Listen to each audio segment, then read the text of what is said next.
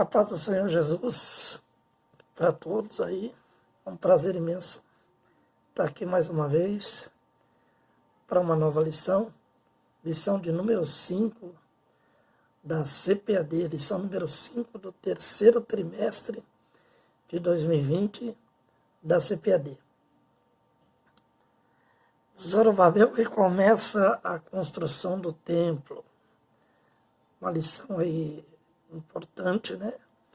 Onde nós vamos juntos aí descobrir aí como Deus agiu na reconstrução do templo, usando líderes políticos e também profetas. Tenho certeza que Deus tem algo grandioso para falar nas nossas vidas através desse estudo. Então vamos lá, vamos começar o nosso estudo, né, da lição número 5. Vamos ajeitar um pouquinho, né, para facilitar. Eu não estou colocando mais os slides, mas eu vou deixar no final aí o endereço eletrônico para você ir lá e baixar os slides referente a essa lição de número 5. Então, vamos lá mais uma vez, né? Está aí a revista, né? Lições bíblicas, princípios divinos em tempos de crise. A lição do próximo domingo, dia 2 de agosto. A leitura diária, você que tem a revista, né? Acredito que a revista da CPAD está mais fácil de ser encontrada do que a da Betel. A Betel, ela tem... Você só pega diretamente na fonte, né? Não tem uma distribuidora. Geralmente é distribuído para as igrejas e os pastores repassam aos membros, né? Os diretores e supervisores de escola bíblica dominical. A CPAD nós já encontramos nas bancas e nas lojas evangélicas de uma forma mais fácil, mais rápida, né? É diferente da Betel, a forma de trabalhar. Mas se você também não tiver a revista, você pode baixar os slides, né? Na EBD Panorama, que é uma bênção, um site. No final vou estar deixando aí o endereço eletrônico no vídeo. E também vou tentar deixar nos comentários para você clicar no link e entrar lá para você baixar esses slides aqui, até para ajudar na sua aula, né? Vamos lá. Leitura diária, segunda, terça, quarta, quinta, sexta, sábado. Para cada dia, uma leitura diária para você ser edificado antes da lição chegar no domingo para ser explorada. Leitura bíblica em classe, Esdras, capítulo 5, os versos 1 e 2. Ageu, capítulo 1, os versos 1 e 12. Zacarias, capítulo 4, de 6 a 10. Esses profetas foram usados por Deus aí dentro dessa questão da reforma, né, do novo templo, onde executaram a obra do novo templo. O texto áureo está em Ageu, capítulo 2, verso 10 e 18. Né? Ao 24º dia do mês nono, no segundo ano de Dário, veio a palavra do Senhor pelo ministério do profeta Ageu, dizendo: Ponde, pois, eu vos rogo, desde o dia em que se fundou o templo do Senhor, ponde o vosso coração nestas coisas. Verdade prática. Sob o poder de Deus, a igreja tornou-se imbatível no cumprimento das tarefas que Cristo lhe entregou. E aí fica para nós aí essa verdade prática. Ela é importante para nós entendermos que Deus colocou sobre a responsabilidade da igreja pregar o Evangelho. E pregar o Evangelho de que forma? Não só a questão de você levar a salvação em Cristo, mas levar a palavra como um consolo total para a vida das pessoas. E essa tarefa que Cristo entregou para a igreja, se a igreja a executar dentro dos parâmetros, dentro da realidade da verdade bíblica, a operação de Deus será imbatível na vida das pessoas. Como assim? O que mais a igreja precisa entender é que o mais importante é a salvação. Eu costumo dizer que neste mundo aqui nós estamos de passagem. O próprio apóstolo Paulo escreve a Timóteo, confirma também a Tito, de que nós somos forasteiros aqui nesse mundo. Nós não vamos herdar isso aqui. Ou nós vamos partir para Cristo através da morte, para a vida eterna, ou Cristo voltará para arrebatar a sua igreja num tempo hábil, num tempo curto, que nós não conhecemos e acreditamos até que a igreja está vivendo este momento do final dos tempos.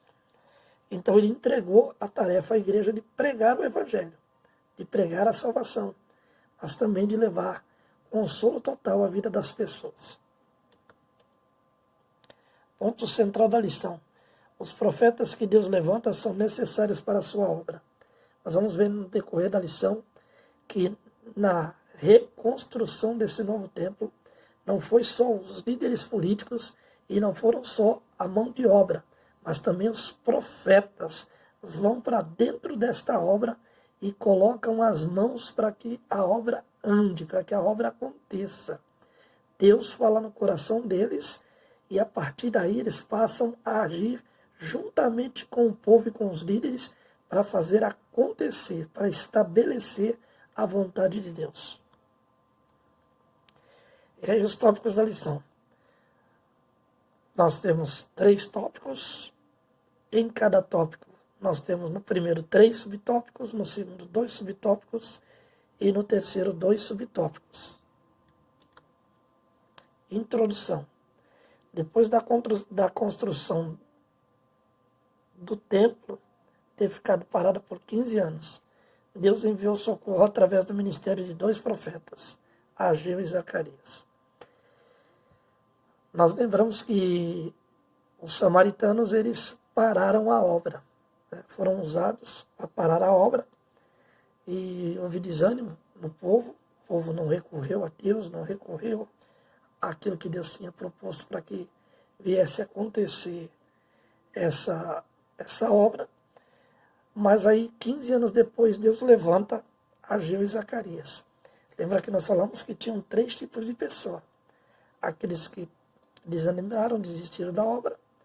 Aqueles que entenderam que parar a obra era a vontade de Deus. E aqueles que não aceitaram a parada da obra e foram orar para que Deus fizesse algo. Deus sempre responde as orações. Então, Ageu e Zacarias, profetas, resposta de oração. Talvez você esteja passando aí por algo que você acredita que você precisa de uma resposta de Deus. Então você deve buscar essa resposta em oração. E com certeza Deus vai levantar através dos meios dele, ou através de profetas, ou numa mensagem pessoal direta a você, o que ele quer estabelecer através daquilo que você precisa, através daquilo que você está buscando na sua vida. A cronologia da reconstrução do templo. Quando você baixar os slides, você entra aqui, vai estar descrito os líderes políticos, o início do templo, a construção, a obra paralisada, o tempo completado, os profetas que foram usados dentro dessa ação. E aí nós vamos entrar no primeiro tópico com o primeiro subtópico. Primeiro tópico, Deus suscita os profetas Ageu e Zacarias. Deus levantou 2 profetas, é o primeiro tópico. Né?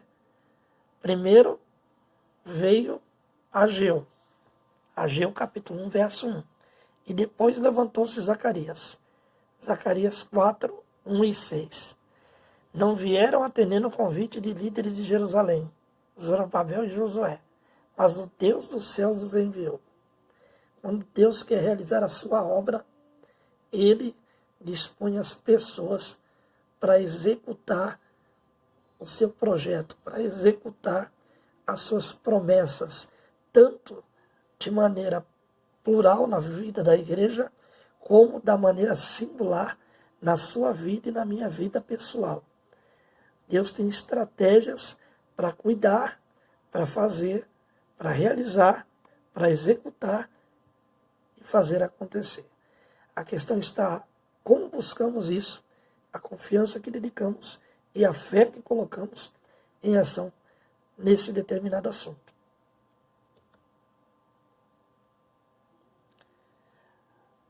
Letra A do primeiro subtópico, Zorobabel. O líder político recebeu uma mensagem pessoal. Zacarias, sob forma de visão, Deus lhe mostrara um castiçal com 7 lâmpadas, símbolo da obra de Deus. O vaso de azeite ligado ao castiçal estavam ligados a 2 oliveiras. E aqui, essa imagem linda aqui de Israel, né, por trás do domo da rocha, é algo assim fantástico. O que eu entendo aqui, claro que nós ainda vamos nos aprofundar mais para frente nessa questão, mas eu queria falar um pouquinho dessa questão de líder político. O Zorobabel recebe uma mensagem pessoal vinda da visão de um profeta. Os políticos de hoje, a maioria deles não valoriza o Deus que nós cremos, não valorizam o Deus que nós acreditamos. Eles acreditam em Deus da forma deles, servem a Deus da forma deles. Só que Deus não quer servos que o adorem do jeito próprio. Deus quer servos que o adorem através de suas mensagens pessoais, através do poder e da redenção e da santidade que a sua palavra mostra da vida dele para as nossas vidas. Então esses homens políticos de hoje, a maioria deles vive uma vida totalmente desregrada, totalmente descontrolada. Até mesmo aqueles que se dizem ser crentes, que estão no meio político, poucos são aqueles que realmente conseguem deter uma fidelidade, uma santidade de servir a Deus corretamente. A gente não precisa citar nomes, não precisa disso, mas o nosso dever é orar por todos os líderes políticos, sejam eles crentes, sejam eles não crentes. O apóstolo Paulo nos aconselha em diversas cartas, na carta de Romanos também, capítulo 13, sobre a questão do Estado e a igreja, como deve ser o nosso comportamento, como deve ser a nossa dedicação em relação a isso.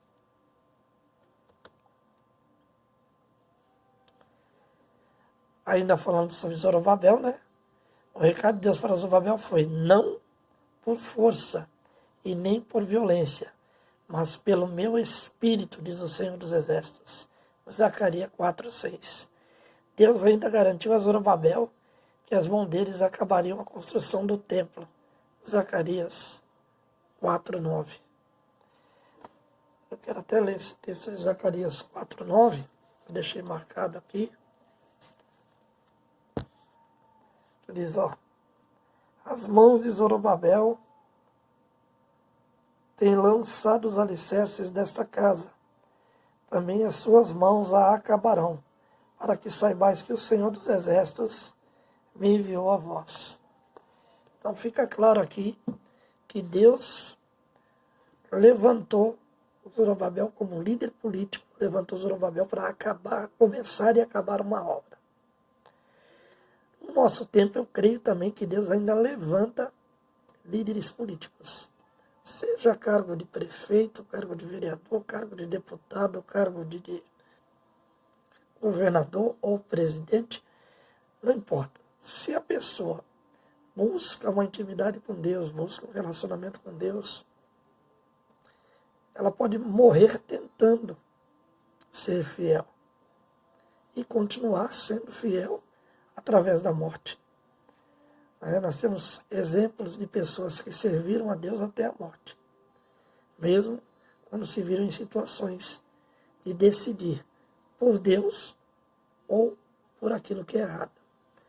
Então eu tenho plena consciência que hoje no nosso meio ainda existem pessoas que demonstram fidelidade a Deus, entendeu? Sejam elas políticas ou não.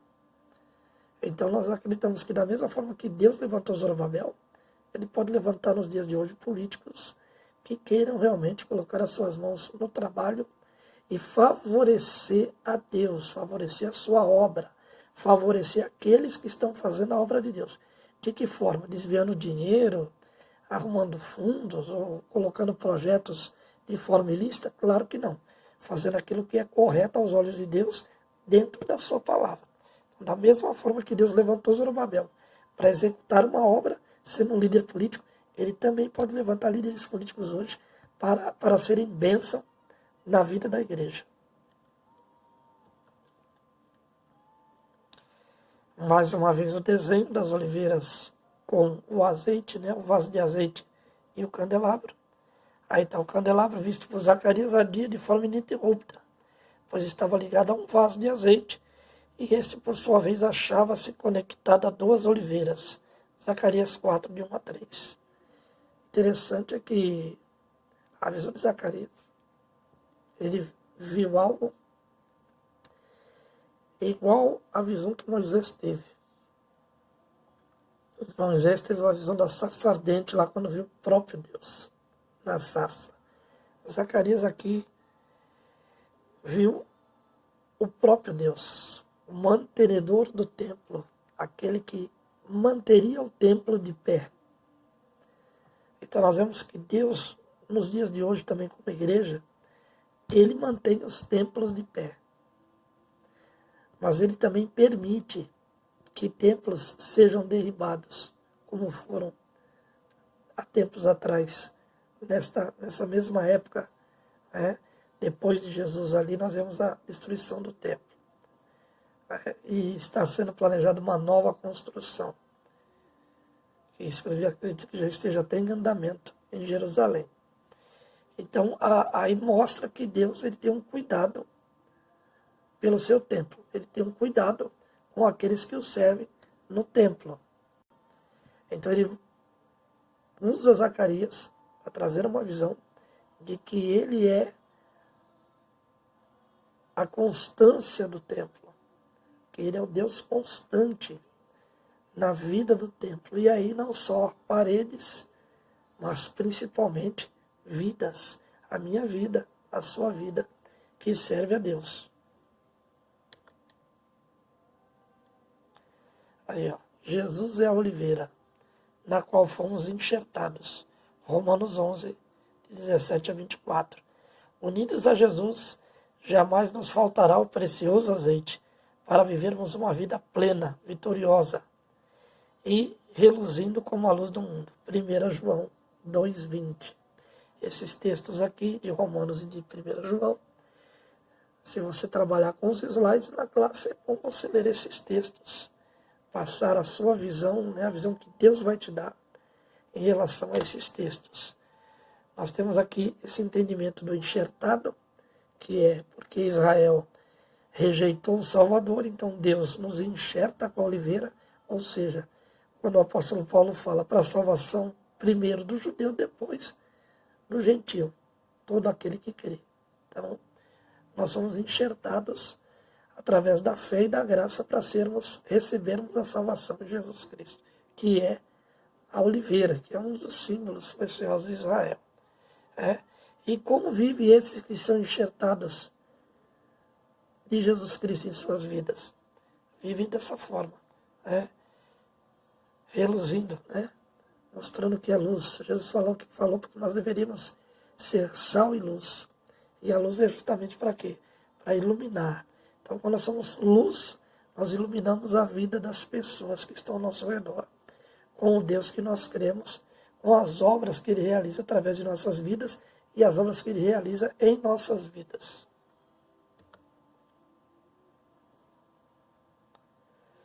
O candelabro, embora se destacasse por seus ricos e variados detalhes, formava uma única peça. Êxodo 25, 31. Aí lá em Êxodo 25, 31, tem a especificação do candelabro e o papel dele no templo. O mesmo podemos dizer da Igreja de Cristo. Embora formada por membros de várias procedências e origens, constitui um único corpo. 1 Coríntios 12, 13. Também separei esse texto para nós lermos aqui. 1 Coríntios 12, 13. Vai dizer, pois todos nós fomos batizados em um Espírito, formando um corpo, quer judeus, quer gregos, quer servos, quer livres, e todos temos bebido de um Espírito. Aqui eu quero destacar que hoje nós encontramos diversas igrejas, diversas placas de igrejas, e encontramos essas placas espalhadas por toda a cidade, por todo o estado, por todo o país, por todo o mundo. E dentro existem as pessoas que servem a Deus em espírito e verdade e que acabam se enquadrando nesse procedimento, né? Nessa procedência, origem que constitui um único corpo. Então não importa se você é batista, se você é presbiteriano, se você é assembleiano, se você é de uma determinada placa pentecostal, que hoje nós sabemos que tem uma variedade de nomes, mas o importante são as vidas que congregam em cada lugar. Nós juntos formamos a igreja invisível, a igreja que está espalhada pelo mundo inteiro, que tem bebido de um único Espírito, que serve a Deus em espírito e verdade.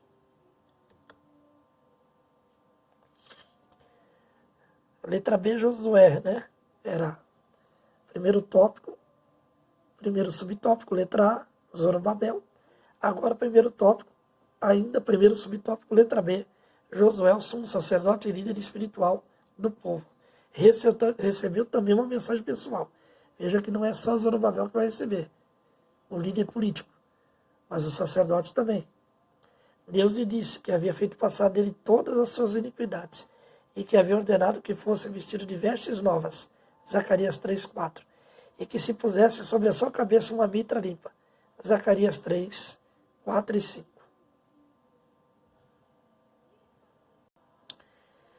Essa parte envolvendo o sacerdote Josué é interessante, né? Porque Deus fez passar dele toda iniquidade, que seja isso. A partir de agora, tudo que você fez de errado, eu estou apagando. Tudo que você cometeu que não me agradava, eu estou apagando de diante de mim.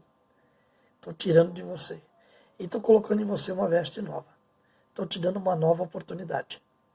E sobre a tua cabeça estou colocando a mitra. E aí a mitra, se você pesquisar sobre ela, você vai encontrar uma simbologia. Eu não vou destacar aqui, porque senão nós vamos deixar esse estudo muito longo. E essa não é a intenção. Então, eu aconselho você a pesquisar sobre a mitra, que Deus vai te dar algo aí na mitra que você vai se surpreender. Não vou falar, vou deixar você pesquisar essa questão. Mas eu quero destacar a questão das vestes novas. Hoje, nós temos vivido um tempo na igreja onde todos nós temos se deixado seduzir pelo pecado de alguma forma. O pecado tem atrapalhado a nossa comunhão com Deus, o pecado tem atrapalhado a nossa comunhão uns com os outros, o pecado tem atrapalhado o nosso testemunho pessoal de Cristo para a vida das pessoas no mundo. Então, a partir de agora, pense que você está no lugar desse sacerdote Josué. E Deus veio falar pessoalmente com você, dizer, olha, a partir de hoje, eu estou te dando vestes novas. A partir de hoje, a partir desse momento, estou colocando sobre você uma nova ordem espiritual. Para você se afastar do pecado, você não colocar mais as suas mãos, o seu coração e a sua mente naquilo que não me agrada e passar a se dedicar à minha vontade, passar a se dedicar ao projeto que eu tenho no templo através da tua vida.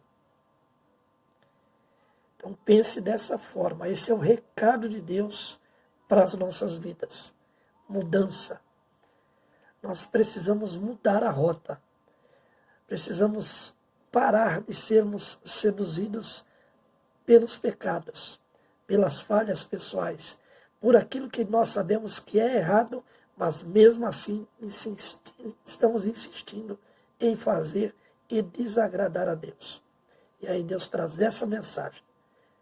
A mensagem que trouxe para o sacerdote traz para o nosso coração. É hora de vestes limpas na minha vida, É hora de vestes limpas na sua vida. Vamos em frente.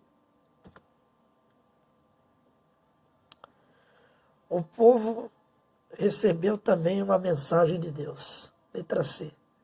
Primeiro tópico, primeiro subtópico. Letra A, Zorobabel, líder político. Letra B, Josué, o sacerdote, líder religioso. Letra C, o povo de Deus, a igreja. Então Deus fala com os líderes políticos, Deus fala com os líderes da igreja e Deus também fala com o povo que está no intermediário da nave. E aí diz assim, o profeta Ageu mostrou ao povo que os prejuízos materiais que haviam sofrido eram consequências da omissão frente ao dever que tinham com a casa do Senhor. Ageu 1, 6 e 9. Veja que o povo se omitiu, foi omisso em relação ao templo. E aqui é específico em relação ao templo, em relação à obra. E aí Deus cobra o povo. Ó, não é só os líderes políticos que vão ter que botar a mão e providenciar os recursos. Não são só os líderes espirituais que vão ter que falar, colocar as mãos. Mas vocês também, que ouvem os líderes políticos e que ouvem os líderes espirituais, também terão que colocar a mão nesta obra, parar de ser omisso. E aí, a mensagem de Ageu para o povo. A mensagem de Deus para nós hoje. Deus tem visto muito de nós se omitindo, muito de nós não fazendo a obra da maneira correta, ou não fazendo a obra de jeito nenhum. Priorizamos aquilo que não está dentro da vontade de Deus e priorizamos aquilo que está dentro dos nossos conceitos, dentro das nossas vontades. Então Deus hoje me chama, Deus hoje te chama, chama cada um de nós para colocarmos as mãos na obra, para dedicarmos a obra. Aí você fala, mas vou me dedicar como? Indo pregar o Evangelho, orando pela sua vida e pela vida do seu irmão, pela vida dos líderes políticos e líderes espirituais. Colocando, se você tem uma condição financeira boa, injetando dinheiro na obra. A maneira que você entender que Deus está te chamando, que você tem condições e você tem se omitido, é nessa área que Deus está te chamando para você ser uma mudança na obra dele. Se você não tem orado e você tem o dom, a capacidade de estar buscando a Deus em oração, intercedendo pela sua vida e principalmente pela vida das pessoas que estão à frente da obra e você não tem feito, tem se omitido, esse é o momento de mudar a rota. Se você é alguém que tem conhecimento, que estuda a palavra, que ensina e está lá no banco e não quer se misturar, não quer colocar o propósito acima, não quer falar da sabedoria que ele te deu para edificar a vida das pessoas e está se omitindo, é hora de mudar. Se você tem condição financeira e pode ajudar e gasta naquilo que não é pão e tem se omitido em relação à obra de Deus, é a hora de mudar. Então, na área que você está se omitindo, a mensagem de Deus está vindo para você hoje também. Para você mudar, para você atender a voz de Deus e executar a obra dele e parar de ser omisso. É assim que Deus trata conosco. Ele nos quer envolvido com a obra dele, nos quer envolvido com a palavra dele, nos quer envolvido com a igreja dele, com o templo, com os líderes. E quando fala envolvimento, não é fazendo a prática daquilo que é errado, mas daquilo que é correto aos olhos de Deus. Pense nisso. Vamos em frente.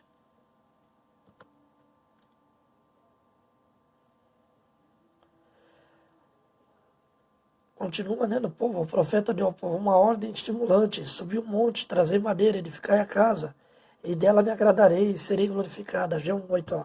Põe a mão na massa, vamos trabalhar, vamos fazer acontecer, vamos pregar o Evangelho, vamos lutar para que as coisas de Deus aconteçam, para que a obra de Deus cresça. Tópico 1, subtópico 2. o resultado da mensagem dos profetas. O poder de Deus se manifestou, os dois líderes criaram coragem e o povo também. Então Zorobabel ordenou que todos imediatamente voltassem à construção. Esdras 5:2. Vocês veem a importância dos profetas. Deus levanta eles de forma pessoal. Eles trazem a mensagem para os líderes, política e espiritual, e para o povo. E Deus age nos três campos, a mensagem dos profetas impactando vidas, fazendo elas acreditarem que era necessário colocar a mão na obra, fazer a obra acontecer. Você que tem uma chamada especial de Deus como profeta e sente que tem que levar essa palavra para incentivar as pessoas a crescerem, não se omita, não se esconda, não pare, não se deixe desanimar com a palavra daqueles que não conhecem a Deus. Não deixe se desanimar com aqueles que parecem que conhecem a Deus. O profeta tem um papel importante na obra de Deus, de levar a mensagem de Deus para fazer as pessoas crescerem espiritualmente, para fazer as pessoas serem instrumentos de salvação nas mãos do Deus Todo-Poderoso. Então, profeta, se levante e vá fazer a obra, vá levar a mensagem de Deus para o povo.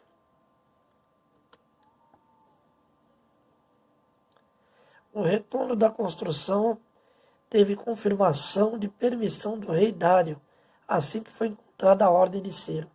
Lá atrás, Ciro tinha autorizado a reconstrução do templo. Os samaritanos vieram, desanimaram os judeus, colocaram os empecilhos, pararam a obra. 15 anos depois, Deus levanta Ageu e Zacarias para ser um incentivo na vida de Zorobabel e de Josué, e a reconstrução recomeça, mas precisa de autorização. Autorização de quem? Do rei em exercício, Ciro, que vem depois de Dário. Ciro vai lá ver, não posso, se Dário assinou, eu também vou assinar. E aí nós vemos claramente a ação de Deus por trás de toda essa questão.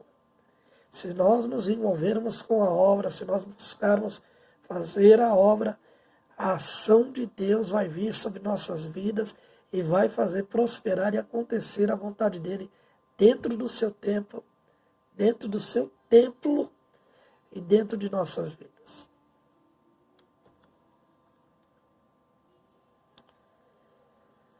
Terceiro subtópico do tópico 1.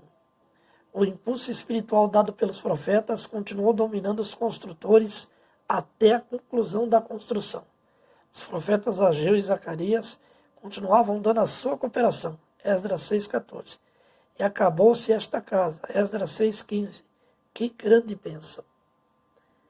A força do Deus Todo-Poderoso na vida dos profetas levou o povo, levou os líderes espirituais e o líder político que fazia parte da cúpula do rei a concluírem uma obra que estava parada há 15 anos. E aí nós temos duas maneiras de ver isso. Dois aspectos. Primeiro aspecto, a igreja que se congrega. Quanto tempo você não vê essa obra andar? Quanto tempo você não vê essa obra acontecer? E o que você está esperando para ser instrumento de Deus para incentivar as pessoas a fazerem a obra, a se dedicarem à obra, a se entregarem à obra, a se doarem a essa obra? E o segundo aspecto é o pessoal. Quanto tempo a sua vida está parada? Quanto tempo a sua vida não anda? Quanto tempo não acontece nada de experiência espiritual com Deus dentro da sua vida? Chegou o momento de se levantar, de colocar a sua vida no altar de Deus, de buscar em oração, de ler a palavra, de colocar em prática aquilo que Deus tem para realizar através da tua vida, na vida das outras pessoas que estão ao seu redor. Então, o aspecto de ver a obra crescer e o aspecto de ver a sua vida crescer são os dois aspectos que Deus espera que você entenda que é necessário ir adiante, para que essa obra se conclua, para que essa obra aconteça, e para quando virem outros, darem sequência ao crescimento desta obra. Pense nisso. Vamos em frente. Síntese do tópico 1. Os profetas Ageu e Zacarias são levantados pelo Senhor para incentivar e exortar o povo a retornar à reconstrução do templo. Papel importante do profeta. Exortar. O que é exortar? É ensinar com amor. É mostrar quem é Deus com amor. É mostrar a capacidade de Deus para as pessoas com amor, com sabedoria, com graça, com unção. Mostre quem é seu Deus. Mostre do que seu Deus é capaz. Incentivar. Eu troquei a ordem de propósito para falar para você que incentivar é algo que está parado no nosso meio. Nós temos mais críticos do que incentivadores. Nós temos mais desanimadores do que incentivadores. E a obra precisa de pessoas que incentivem. Se teu irmão está caído, ajude ele a se levantar. Se teu irmão pecou, ajude ele a se perdoar, a ser perdoado, a buscar o perdão. Se teu irmão está parado, incentive ele, mostrando o quanto Deus é grande, o quanto Deus pode agir na vida dele, na vida da igreja, através da vida dele. Seja um ponto de equilíbrio, seja um ponto de incentivo, seja um ponto de recurso usado por Deus para mudar a história. Seja um incentivador do Evangelho de Cristo.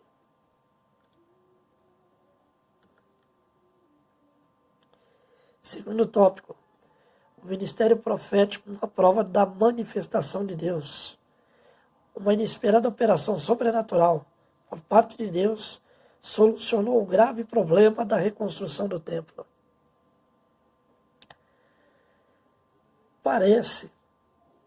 Aqui parecia que Deus havia se esquecido. Você pensa, a obra parou. Passou 1 ano, passou 2 anos, passou 5 anos, e a obra não recomeçava.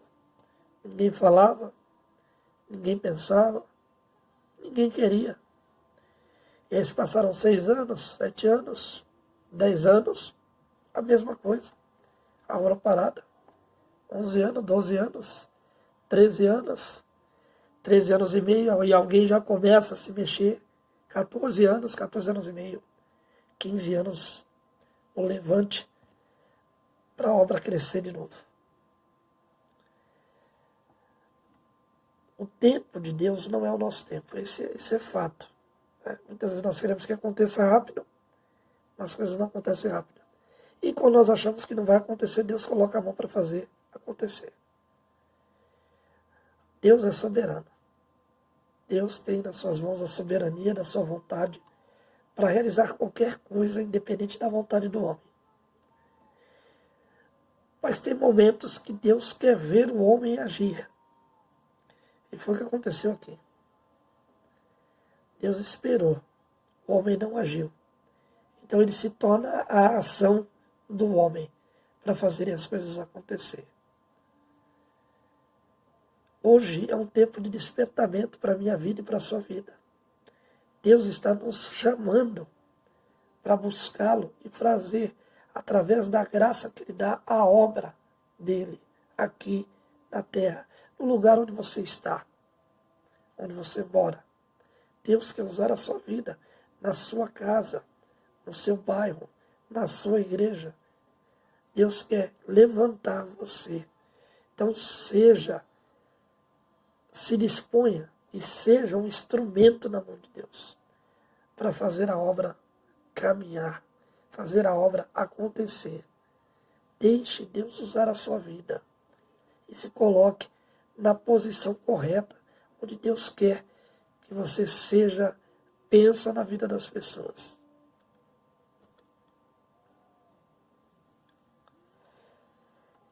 primeiro tópico ainda, né? Manifestações sobrenaturais no Antigo Testamento. E aí vai citar Moisés e Elias.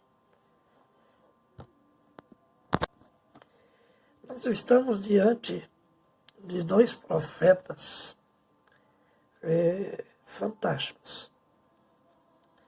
Moisés, usado por Deus durante aquele período das 10 pragas, abertura do Mar Vermelho, conduzir o povo no deserto, trazer alimento, trazer água, enfrentou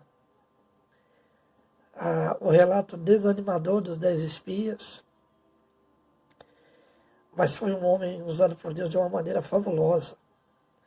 Elias, levantado num tempo onde ele achou que era só ele, mas não era só ele, mas não vendo ali a ação dessas pessoas, achou que estava sozinho, mas não estava. Deus mostrou isso para ele. Quem não gostaria de ser usado como Elias, de montar um altar e ver um fogo descer do céu e consumir o altar? Então, dois profetas de grandes exemplos, né? Multiplicou lá o pão da viúva, ressuscitou pessoa. Fantástico o ministério de Elias, fantástico o ministério de Moisés. Profetas. E mostra que a manifestação sobrenatural dos profetas no Antigo Testamento. E mostra manifestações sobrenaturais no Novo Testamento. Quando o Espírito Santo foi derramado, em sua plenitude os dons espirituais começaram a entrar em ação. E passaram a ser a própria preparação divina para o ministério. 1 Coríntios 12, de 4 a 6. Olha que interessante. Acabou de falar de Moisés e Elias. Aí vem para o Novo Testamento falar da igreja. O Deus que se mostrou a Moisés, se mostrou à igreja. Quando nós lemos o livro de Atos, nós vemos isso. O Deus que operou através do ministério de Elias, opera através do ministério dos apóstolos. Porque Eutico vai cair da janela e Paulo vai descer lá e vai ressuscitar ele. Ou melhor, Deus, através do Espírito Santo, na vida de Paulo, vai ressuscitar Eutico, fazendo a correção. O que mostra que o Espírito Santo está presente na igreja hoje ainda. Está presente na igreja, quando eu digo presente ainda, é porque haverá um tempo que ele será tirado, que é durante o arrebatamento. E aqueles que ficarem não vão poder promover milagres, como ainda podem promover hoje. E hoje quem promove na realidade é o Espírito Santo. A fé, a graça de Deus na vida da igreja faz com que os milagres ainda aconteçam através da manifestação dos dons espirituais. Então nós vemos que Deus ele não muda. Ele agiu no Antigo Testamento, ele age no Novo Testamento, ele continua agindo no tempo da nossa dispensação, agindo como Deus Todo-Poderoso, realizando milagres e realizando a sua vontade e realizando promessas nas vidas das pessoas para que entendam que ainda existe um Deus, que ainda existe um Deus que quer cuidar, que quer salvar, que quer libertar, que quer fazer algo sobrenatural nas nossas vidas. Deus não mudou. Então é tempo de nós colocarmos em prática cada dia mais esses dons espirituais. Aí, eu me adiantei, né? Os apóstolos eram revestidos desses dons, meio divino para a conversão de muitas almas. E passaram a ser a própria preparação divina para o ministério. Primeira continuação do mesmo texto, 1 Coríntios 12, 4 e 6. Falei de milagres. Falei de operação de dons. Só que aqui o slide trata de outra coisa. Revestimento para a conversão de almas. É importante pregar a cura. É importante pregar a libertação. É importante ensinar a teologia. Claro, tudo isso é importante demais. Tudo isso está dentro do campo espiritual, da vontade, da graça de Deus para cada vida que está na igreja. Mas a importância maior, o papel maior da igreja é a conversão de almas. Porque se nós ficarmos trabalhando libertação no nosso meio, trabalhando, e quando eu digo libertação, é campanhas de libertação para os próprios crentes, porque hoje são poucas vidas que vêm de fora para uma campanha de libertação. Cura. Quando você fala cura, claro, aí reúne vida de crentes e de parentes de crentes, e de algumas pessoas que estão lá de fora, estão passando alguma coisa que querem ser curadas. Mas quando se fala em conversão, vai além da cura, vai além da libertação. A conversão é a união da ação do Espírito Santo com o sangue derramado de Cristo Jesus na cruz do Calvário para mudar o comportamento e o caráter do ser humano. E isso vai muito além de cura e libertação. Então Deus está nos chamando para exercermos os dons de uma forma completa. Claro, vai curar, vai libertar, vai. Mas o mais importante é a conversão de almas, é a mudança de comportamento, é a mudança de caráter, é a mudança de visão. Se Deus curar, Ele é Deus. Se não curar, continua sendo Deus. Então pense nisso. Conversão de almas.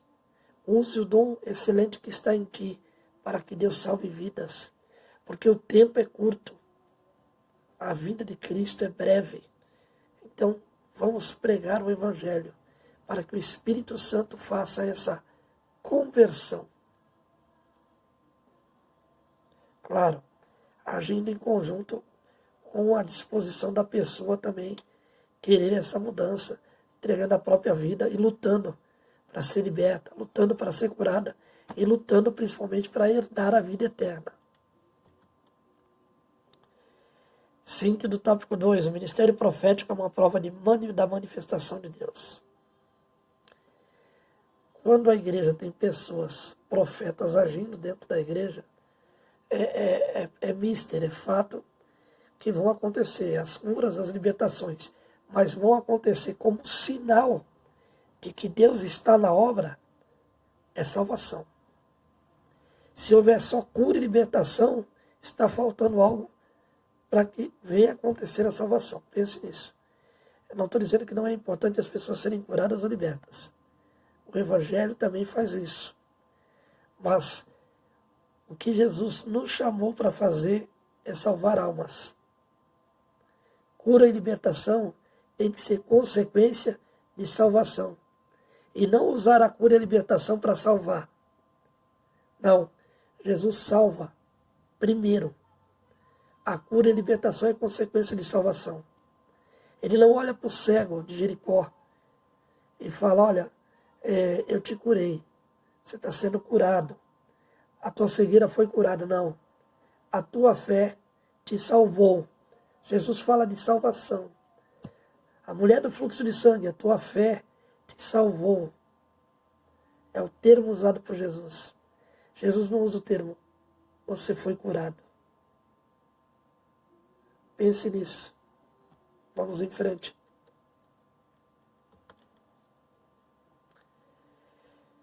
Tópico 3. Primeiro subtópico, né? Ministério de profeta à luz da Bíblia. O profeta na dispensação do Antigo Testamento. O profeta, além de transmitir a mensagem de Deus para o povo, era consultado pelo povo acerca de assuntos espirituais e até mesmo acerca de assuntos materiais. Aí vai ter A, B, C e D, né? Profeta Ezequiel recebia os anciões para que esse consultasse o Senhor por eles. Ezequiel 22. Profeta Samuel foi consultado acerca das jumentas. Vamos lá, o vídeo deu uma paradinha, mas a gente volta de novo, né? Parou no profeta Samuel. O profeta Samuel foi consultado acerca das jumentas do pai de Saul que se haviam perdido. 1 Samuel 9, 6 e 7. O profeta Aías foi consultado pela mulher de Jeroboão sobre seu filho que estava doente. 1 Reis 14, 2 e 3. O profeta Moisés transmitia aos anciões o que Deus lhe falava. Êxodo 19, 7 e 8. Então nós vemos que em cada tempo Deus agiu de uma forma diferente, né? Mas usando a vida dos profetas para falar com as pessoas. o nosso Deus não mudou. Eu creio que o dom de profecia, ele está latente no nosso meio. Existem pessoas que se dedicam a Deus e claramente Deus exerce através delas o dom da profecia. É claro que a maior profecia que nós temos é a Bíblia.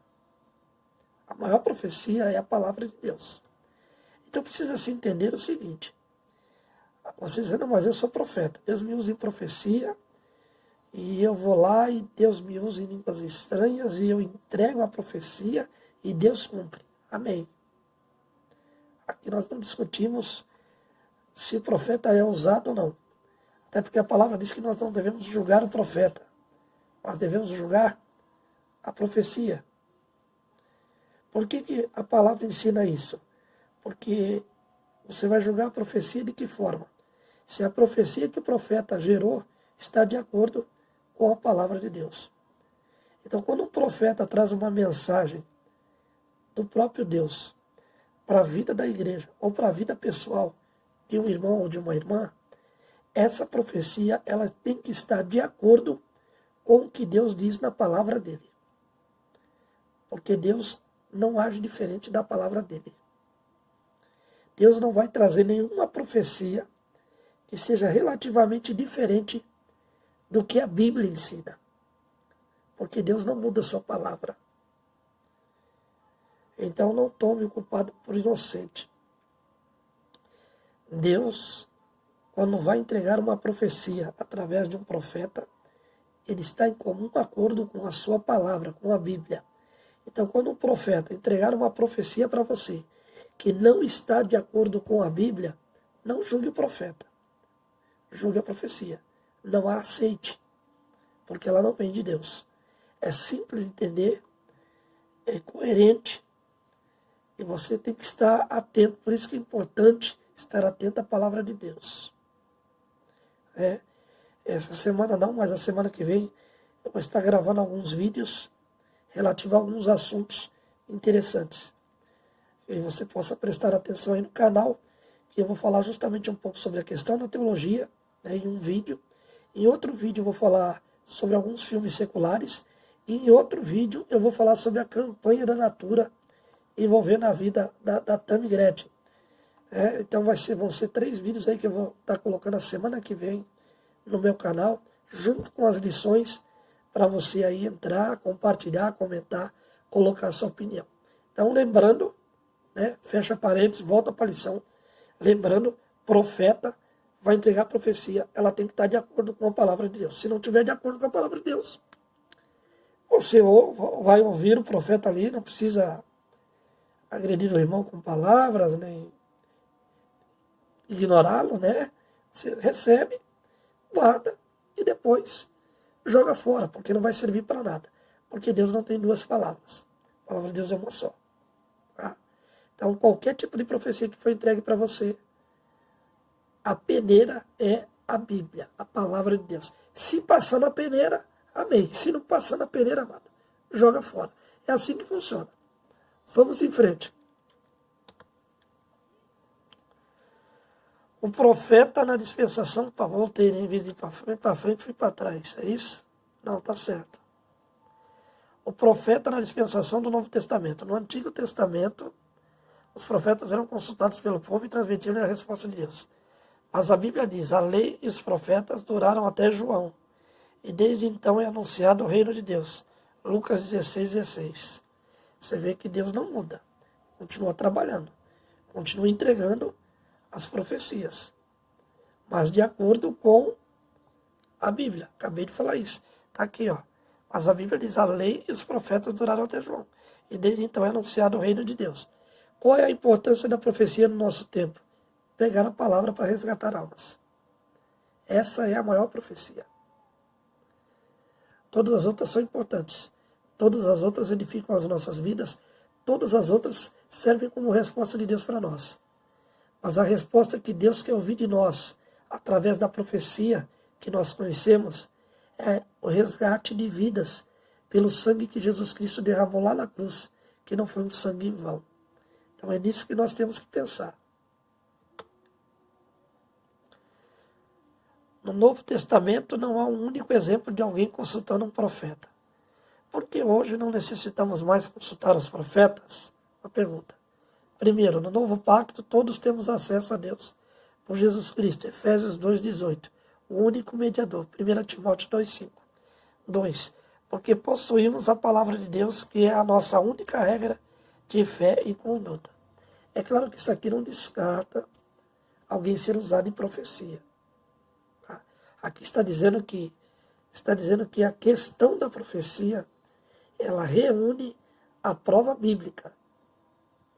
Então, quando o profeta traz uma profecia para a sua vida, que ele não consultou a palavra de Deus, mas está de acordo com a palavra de Deus, ele está te transmitindo uma verdade espiritual de Deus para a sua edificação.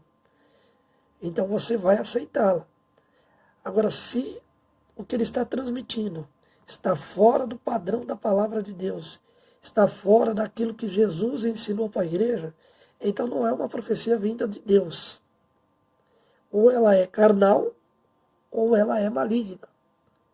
Não existe outra resposta para isso. Então você vai julgar a profecia e vai ressarçar, vai jogar fora, não vai pegar para você, como eu disse anteriormente. Você vai seguir em frente e vai fazer aquilo que é vontade de Deus. Por isso que é importante conhecer a sua palavra. Vamos em frente. Pastor Antônio Gilberto, é importante. Pastor Antônio Gilberto, um homem experiente, conhecedor da palavra, professor, vai falar sobre o dom da profecia e o ministério profético. O dom de profecia é para todos. Todos podereis profetizar. 1 Coríntios 14, 31. O dom de profecia é uma capacitação sobrenatural do Espírito Santo concedida a uma pessoa. No dom de profecia, Deus usa principalmente o aparelho fonador da pessoa. Então, aqui o dom da profecia aqui é em 3 aspectos. Primeiro, é para todos. Significa que todos vão profetizar? Não. Significa que o dom está à disposição de todos, mas somente alguns serão usados em profecia. Aqueles que se dedicam à profecia. Tem pessoas que não querem se dedicar à profecia, mesmo tendo esse dom à sua disposição, que é buscar outra coisa para fazer para Deus.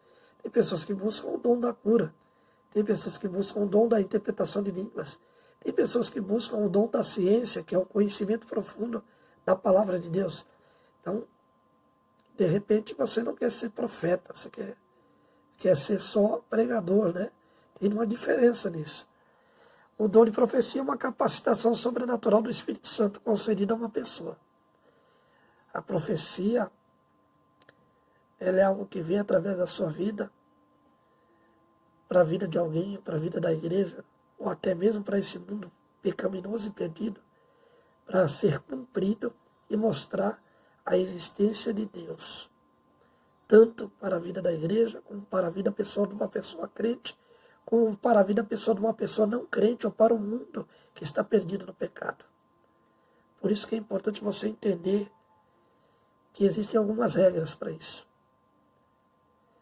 Sem santidade, sem entrega, sem se doar a Deus, a sua profecia não é válida. Deus não dá algo a alguém que não está vivendo uma comunhão verdadeira com Ele. Pense nisso. No dom de profecia, Deus usa principalmente o aparelho fonador, quer dizer, a voz. Vai falar, vai gerar a palavra. Vamos lá, ministério profético. O ministério profético não é para todos. São todos profetas, 1 Coríntios 12, 29. O ministério profético é exercido através de um ministro dado por Deus à igreja. No ministério profético, Deus usa principalmente a mente do profeta. Perceberam a diferença, né? É para todos, mas não é todos que serão usados. O dom é uma capacitação, mas é exercido através de um ministro da igreja, alguém que realmente esteja em comunhão com Deus, como eu acabei de falar. O dom é usado pelo aparelho para a pessoa falar, mas antes da pessoa falar, Deus coloca primeiro aqui, na mente. Na mente, quando fala mente e coração, está falando da profundidade da alma. Deus vai falar primeiro de uma maneira profunda na sua alma, vai te entregar algo para você entregar. Ele vai te preparar para receber essa profecia, para você passar ela com impacto, da maneira correta, da maneira certa.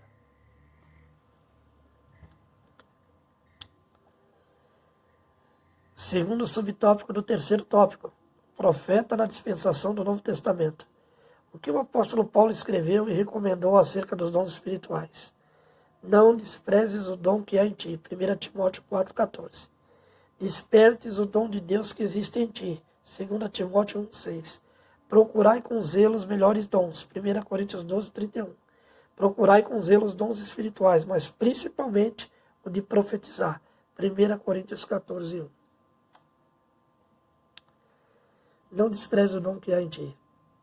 Cada um de nós tem pelo menos um dom espiritual. Desperte o dom que existe em ti. Você não pode desprezar, você tem pelo menos um dom. Então desperte esse dom, trabalhe ele. Ah, mas eu não sei qual é o meu dom. Ore a Deus. Deus vai te iluminar. Deus vai te mostrar. Deus vai te capacitar. Procurai com zelo os melhores dons. Procurai, quer dizer, buscai. De repente você tem um. E você pode ter mais de um dom. E aí fala buscar com zelo. O que é zelo? Zelo é entrega, é se doar. É querer ser santo e fugir do pecado. É querer usar os lábios para falar coisas boas e não coisas ruins. É colocar a mente e o coração na palavra de Deus, exercitando ela e praticando ela com a sua vida. Isso é zelo. É colocar a sua vida acima do pecado. Colocar a santidade de Deus acima do pecado na sua vida.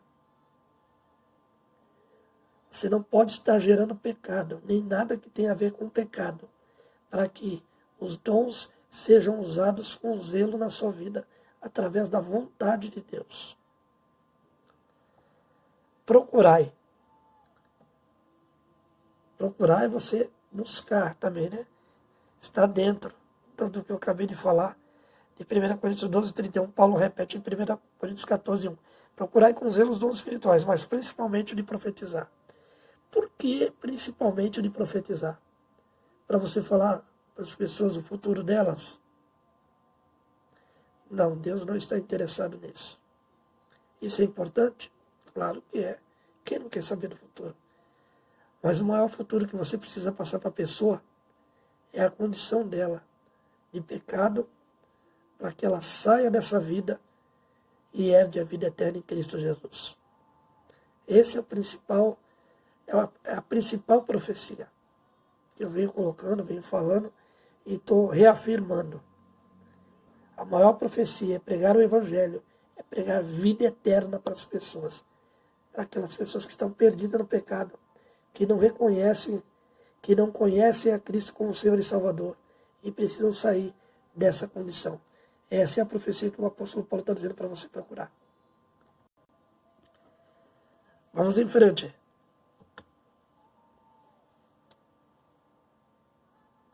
Um erro doutrinário. Bom, é um erro doutrinário quando alguém que possui o dom de profecia procura usá-lo para responder a consultas de qualquer natureza, como casamento, viagens, compra de imóveis. Aí tem aqui uma conversa, né, entre dois irmãos. Gostaria de saber quem é a minha preparada, profecias ou profetadas. Uma coisa interessante, né? Eu vou pegar esse exemplo aqui. O profeta, ele não é chamado como um curandeiro. O profeta não é chamado como um vidente espiritual. O profeta é chamado como mensageiro das verdades espirituais de Deus, as verdades bíblicas de Deus. Então existe uma diferença muito grande. Se você tem um chamado profético, você não é curandeiro, você não é vidente. Se alguém chega com uma pergunta dessa natureza, quem é a minha preparada? Você não tem, Deus não deu para você esse poder. Você não, irmão, Deus me usa nessa área. Não está de acordo com a Bíblia. A preparada para alguém dentro do casamento, o homem que quer casar com uma mulher, a mulher que quer casar com um homem, a preparação é no joelho. É buscar a Deus, diretamente a Deus. E aí você tem duas opções. Ou você pede para que Deus traga do jeito dele, como ele quer que ela seja, ou você pode colocar para Deus como você quer que ela seja. Tem um exemplo de um pastor que ele orou a Deus e pediu a Deus uma mulher que não tivesse mais a mãe, porque ele não queria ter sogra, e que ela não assoviasse. E Deus deu a mulher como ele queria, que não tinha mais a mãe viva e que não assoviava. Ele casou e está com essa mulher até hoje. E se não me engano, está aí tem mais de 30 anos casado. Então, quem dá o preparo aí é o próprio Deus. Tanto da maneira que você pede ou da maneira que você crê que Ele pode te dar. Não está nas mãos de ninguém decidir o futuro do outro ou dizer como vai ser. Não. Esse tipo de profecia, ela não é aceita nem pelo próprio Deus. Então, antes de você ser usado em profecia para falar de assuntos futuros, lembre que você está debaixo de uma regra. O profeta está debaixo de uma regra. Ele é mensageiro das verdades espirituais pregadas através da palavra de Deus.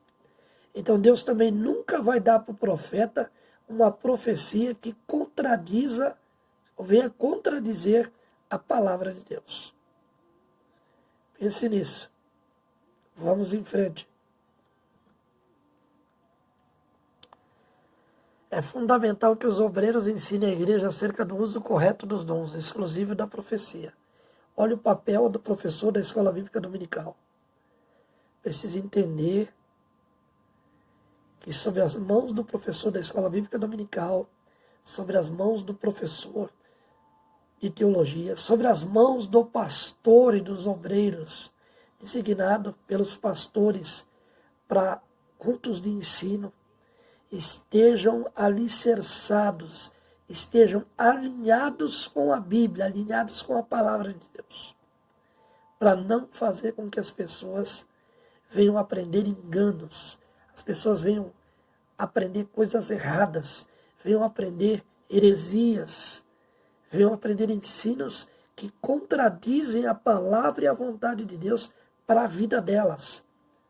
Olha a responsabilidade dos obreiros, dos homens de Deus. E aí vai se encerrar a lição. Síntese do tópico 3. Os profetas exercem uma função ministerial determinada pelo Todo-Poderoso. Eu quero concluir a lição da seguinte forma, falando para você que sobre ser profeta. As pessoas hoje, algumas pessoas, claro, não vou generalizar, querem se autopromover através do Evangelho. O Evangelho não é autopromoção. O Evangelho não é para promover a vida de ninguém. O Evangelho não é para trazer riquezas para a vida de ninguém. Se nós pegarmos ali Jesus falando com o jovem rico, ele vai dizer, olha, vende tudo que tu tens e dá aos pobres. Mas antes de Jesus falar isso, ele falou para Jesus que ele conhecia a Bíblia e praticava a Bíblia. Só que quando Jesus manda ele vender tudo e dar aos pobres, ele contradiz tudo aquilo que ele aprendeu. Ele contradiz todo o ensino que ele dizia que sabia. Não vendendo nada e indo embora triste, porque aquilo que ele possuía materialmente era mais importante do que aquilo que ele tinha espiritualmente. O verdadeiro profeta é aquele que valoriza as coisas espirituais. O maior exemplo para um profeta é a vida e o ministério do próprio Jesus. Ou a vida e o ministério do próprio apóstolo Paulo. É um exemplo para a igreja. Então o profeta, ele tem que pautar a vida dele em experiências espirituais com o próprio Cristo e com a palavra do Cristo que salvou ele. As mãos do profeta precisam estar limpas, não pode estar no pecado. A mente do profeta tem que estar voltada para receber a palavra do Espírito Santo. O coração do profeta tem que estar alinhado com a Bíblia, alinhado com a vontade de Deus. O templo foi reconstruído. Ele teve o início, parou por 15 anos, teve o reinício por causa da influência dos dois profetas, Ageu e Zacarias, trazendo mensagens de Deus proféticas e espirituais para a vida do líder político, Zorobabel, e para a vida do sacerdote, líder espiritual Josué, e para a vida do povo de Israel. Os profetas atuais têm que estar alinhados com a palavra de Deus para serem incentivadores da verdade e ensinadores da vida eterna. Tanto para aqueles que conduzem a política dessa nação, como para aqueles que conduzem os templos, as paredes e também as vidas das pessoas que estão envolvidas nessa obra. Para que nós não tenhamos tantas perdas, não tenhamos tantos afastamentos, não tenhamos tantos abandonos. O profeta tem que estar alinhado com a palavra de Deus. Pense nisso. Eu quero orar pela sua vida, mas antes eu quero dizer para você que eu sou Jobel Serra. Pode procurar no Facebook, você vai encontrar 2, 3, até mais Facebooks lá. Pode adicionar qualquer um deles. Também estou no Instagram. Se quiser me seguir lá, pode seguir. Vou começar a colocar partes da lição lá, alguns minutos, para você ver e você diferenciar aquilo que você gosta, aquilo que você entende que deve ser seguido. Pedir que você se inscreva no canal, como todo mundo faz, né? Deixe aí o seu like ou deixe o seu dislike. Deixe o seu comentário, tanto construtivo ou como crítico, não tem problema nenhum. Estou aberto a perguntas. Se você quiser deixar uma pergunta relativa a esta lição, você pode deixar, também não há problema nenhum quanto a isso. E finalizar reforçando que na próxima semana nós teremos 3 vídeos além das lições. Um vídeo voltado para falar um pouco sobre teologia, outro para falar sobre alguns filmes seculares que estão rodando aí, e outro vídeo para falar da campanha da Natura envolvendo a Tamigred. Então fique ligado no canal aí, ative o sininho, para quando esses vídeos caírem você acessar e falar, comentar aí a sua opinião sobre a questão. Não tem problema nenhum. A sua opinião, seja ela de crítica ou seja ela construtiva, ela será aceita normalmente. Não vou estar aqui para debater com ninguém, até porque todos nós somos livres para pensarmos coerentemente. Quero orar pela sua vida. Senhor, meu Deus e meu Pai, quero agradecer por esse momento, por essa lição, e pedir pela vida do meu irmão, da minha irmã, dessa pessoa que está aí ouvindo, está vendo essa lição. Não sei se ela está passando por um problema de saúde, mas se estiver, desde já eu quero dizer que o Senhor declarar a cura em nome de Jesus na vida dessa pessoa. Quando declaramos, não é porque é a nossa vontade, mas é a vontade do próprio Deus que aconteça um milagre na vida da pessoa. Então, Senhor, que Tu possa curar em nome de Jesus essa pessoa que precisa de cura agora. Também Tu possa, Pai, olhar por esse que está com a porta fechada há tanto tempo e as portas possam ser abertas, porque nós sabemos o quanto é sofrido você não ter como manter a sua família, não ter como manter o alimento, Tem misericórdia, Senhor. Também pedi, Pai, pelos missionários que assistem esse vídeo, esse estudo. Abençoe teus servos, abençoe os pastores, abençoe os professores.